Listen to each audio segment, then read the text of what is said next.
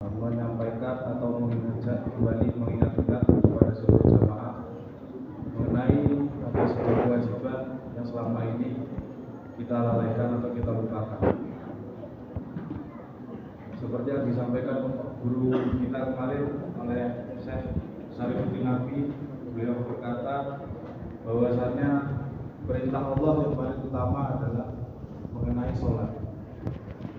Tapi dalam turunnya Al-Quran ini ada perintah Allah yang pertama diperintahkan ialah Iqra, yang artinya membaca. Tapi dalam konteks tersebut pemaknaan Iqra ini bukan hanya sekedar membaca, tetapi harus juga mendalami Al-Quran tersebut. Di situ kan tertera Iqra bismi rabbikal ladzi khalaq. Iqra maca sapa sira Muhammad.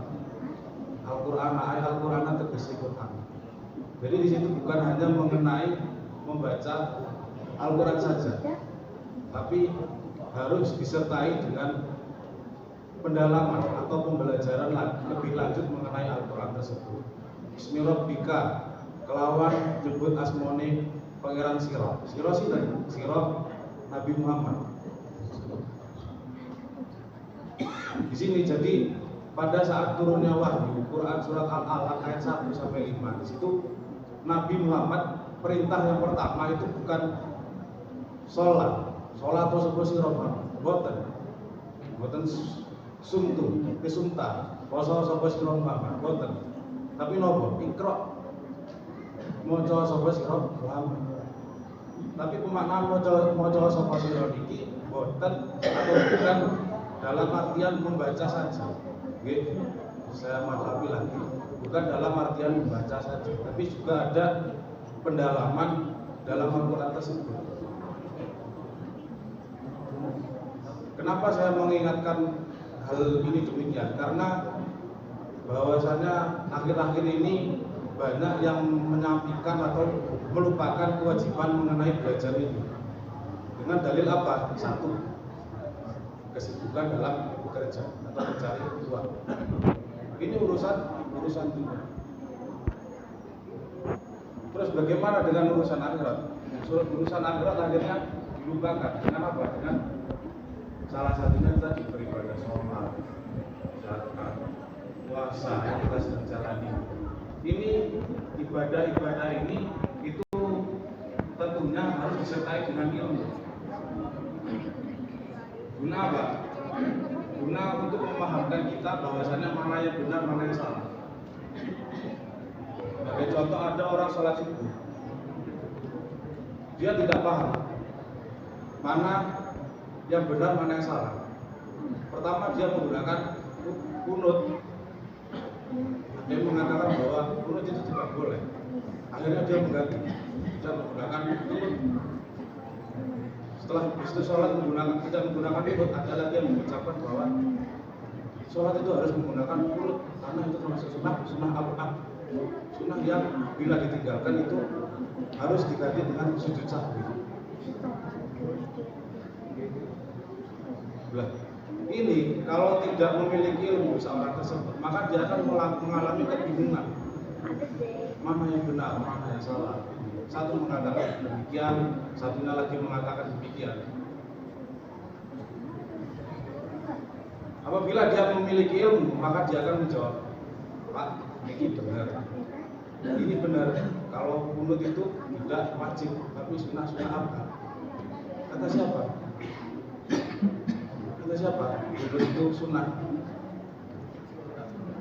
Kata Imam ya, sebut Syekh Ibnu Qasim. Gimana mengatakan? Dalam kitab Fathul Qorib. Fathul Qorib ini apa ini? Fathul Qorib itu apa? Kitabnya sarannya takrib. Itu nanti kalau sampai baca fikih, nanti kalau ada lagi tauhid, itu semua penting dalam kehidupan sehari-hari kita. Jadi jangan sampai pernah melupakan, tetap belajar, terutama mendatangi majelis ilmu. Seperti yang kita lakukan ini, Kultum ini merupakan salah satu majelis ilmu. Alhamdulillah di masjid kita ini mengadakan kultum sebelum sholat tarawih. Karena apa? Karena kalau seseorang itu tidak mengaji, dalam konteks tidak belajar ilmu selama 40 hari itu hatinya merasa kaku atau tidak bisa menerima kebaikan. Jadi kalau buatan percaya silakan dibuka kitab Ihya karangan Imam Ghazali. Kalau seseorang tidak belajar selama 40 hari atau tidak mengaji selama 40 hari itu nanti dia atau hatinya itu merasa tidak bisa menerima kebaikan. Dan saya juga mengingatkan atau memohon kepada Bapak sekalian untuk saat sekarang, mari kita niatkan bersama untuk niat belajar seumur hidup. Oke. Sewaktu-waktu nanti kalau kita mau meninggal, itu kita dalam keadaan sahih, karena kita dalam mencari ilmu. Senajan atau kita sedang di situ dalam bekerja atau bepergian, tapi itu kita sudah niati dari awal untuk belajar seumur hidup. Jadi kita nanti kalau kita sudah diambil oleh Allah, kita itu mati dalam keadaan sahih. Karena ada sebuah hadis yang mengatakan atau lagu al-ilma minalahdi ilalahdi, atau lagu belajar sapa sira kabeh. Ini berarti dibutuhkan semua umat yang al-ilma ilmu, belajarlah kepada ilmu minalahdi awit saking sigot niku saking kandungan ilalahdi tumeka maring ruang landak niku kuburan. Jadi kita di situ dianjurkan, diwajibkan malah oleh Kanjeng Nabi untuk belajar itu mulai dari rahim seorang ibu hingga meninggal. Jadi bapak-bapak, para ibu, sama-sama mulai hari ini untuk niat mencari ilmu mulai dari sekarang hingga meninggal. Karena apa? Karena nanti kalau kita suatu saat mengalami kejadian yang tidak diinginkan, naudzubillah min dzalik, itu meninggal, itu kita dalam keadaan sahih dalam mencari ilmu.